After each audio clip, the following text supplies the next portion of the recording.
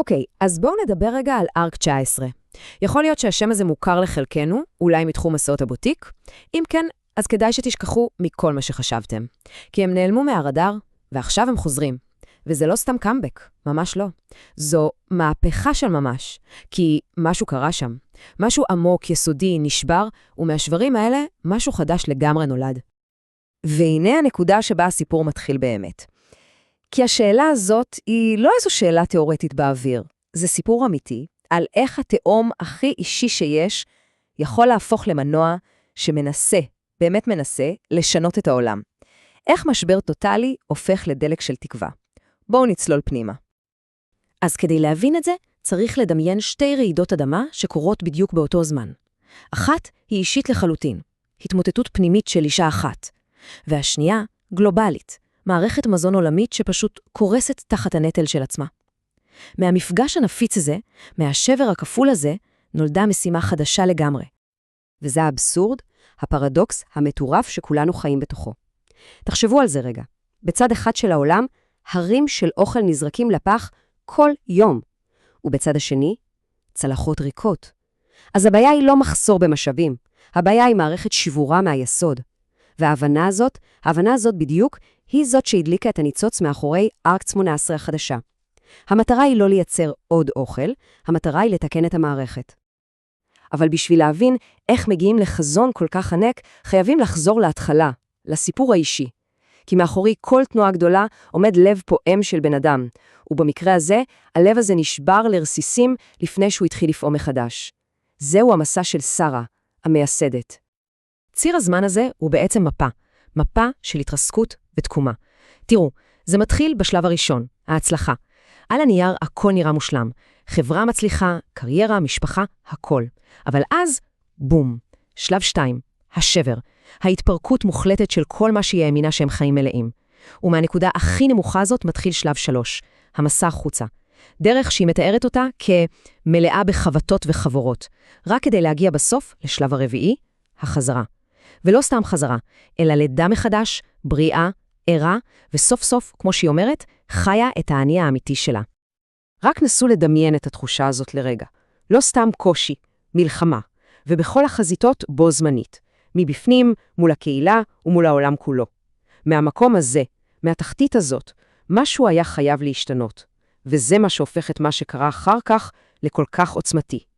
ומתוך האפר של המשבר האישי הזה צמחה תובנה.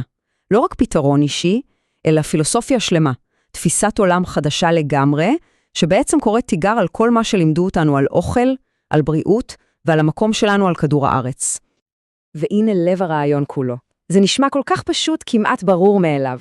אבל בואו נחשוב על זה לעומק. כל המערכת הכלכלית והתזונתית שלנו בנויה להפך הגמור. על הרעיון שכדי שאנחנו נשרוד, מישהו אחר צריך להפסיד. כדי שאנחנו נהיה בריאים, יצור אחר צריך לסבול. והתובנה הזאת, שההישרדות שלנו לא חייבת לבוא על חשבון אחרים, היא זאת שהפכה למצפן של ARC 18 החדשה. וההשוואה הזאת מראה בדיוק את המהפך התפיסתי אחד.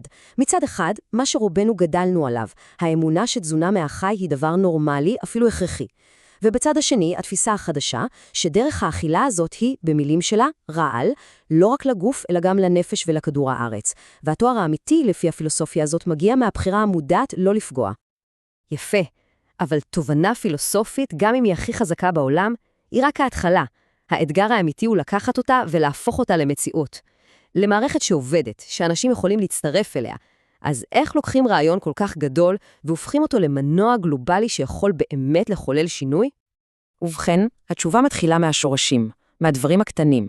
זה התחיל מקהילות קטנות ומקומיות, פודים, כמו שהם קוראים להם, שצמחו באירופה ובמזרח התיכון. אבל המטרה אף פעם לא הייתה להישאר קטנים. החזון הוא להצמיח מהשורשים האלה עץ גלובלי ענק, מנוע שלם שמבוסס על זכיינות, ויכול להגיע לכל פינה בעולם. אוקיי, כאן אנחנו נכנסים לכמה מושגים חדשים, אז בואו נפשט אותם. צריך לחשוב על QL Zone כמו על תקן, כמו תעודת כשרות של קיימות. זה יכול להיות בית קפה, מסעדה, אפילו חדר אוכל בבית ספר. כל מקום שעובר הסמכה קפדנית והופך רשמית למרכז של תזונה בריאה, שלא פוגעת בסביבה, לפי העקרונות של המשימה. ואם ה-QL Zones הם הסניפים בשטח, אז קלאב קיל הוא המטרה הראשי. זו בעצם תוכנית הזכיינות הגלובלית שהתפקיד שלה הוא להקים, לתמוך ולהפיץ את הקיל זונס האלה בכל העולם. הם מתחילים בהודו, אבל המטרה הסופית, שימו לב, היא לא פחות מאשר לשים סוף לרעב העולמי. כן, עד כדי כך גדול.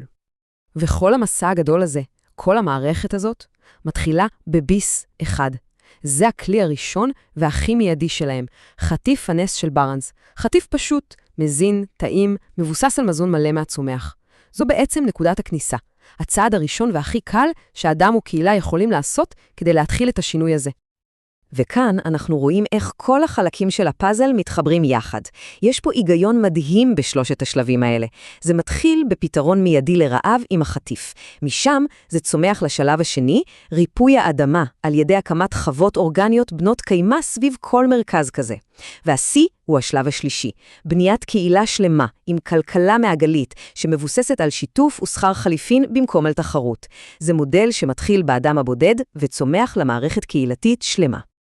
אז איך מנהלים מערכת כל כך מורכבת וגלובלית? כאן נכנסת הטכנולוגיה לתמונה. הם פיתחו בינה מלאכותית בשם ג'ני, שמשמשת בעצם כמו המוח של כל המערכת. אפשר לחשוב על זה כמו Waze לקיימות. היא מנתחת נתונים ועוזרת לכל QL Zone לקבל את ההחלטות הכי נכונות כדי להיות גם יעיל, גם רווחי וגם מענה. כי המטרה היא להראות שעשיית טוב לא צריכה לבוא על חשבון הצלחה כלכלית. וכל זה מוביל אותנו לנקודה אולי הכי חשובה. כל הסיפור הזה הוא לא הצגה שנועדה רק שנצפה בה מהצד. כל הרעיון של ארקט 18 החדשה הוא השתתפות פעילה. זו הזמנה פתוחה, ישירה וברורה. אז איך אפשר להצטרף לדבר הזה? אז יש כמה דרכים, והן מאוד מגוונות. אפשר להשתתף פיזית באירועים שמתקיימים בישראל ובארצות הברית. אם יש למישהו עסק בתחום המזון, אפשר לקבל הסמכת מזון טהור ולהפוך לחלק מהרשת. ואם רוצים לעקוב מהבית, יש סדרת דוקו גלובלית שעוקבת אחרי ההתפתחות בהודו. וכמובן, אפשר פשוט להצטרף למשימה אונליין. בעצם, יש דרך כמעט לכל אחד להיות חלק מזה, בקטן או בגדול. ובסופו של דבר, כל הסיפור המדהים הזה, מההתמוטטות האישית ועד לחזון הגלובלי, מתנקז לרעיון אחד פשוט, תזכורת. תזכורת שלמרות כל ההבדלים בינינו, כולנו, אבל כולנו, חולקים את אותו הבית, ואת אותה אחריות. וזה מוביל לשאלה האחרונה, שאיתה כדאי שנשאר. אם אנחנו באמת מבינים שאנחנו חולקים את הבית הזה, מה החלק שלנו בסיפור הריפוי שלו? זו מחשבה חזקה להמשיך איתה.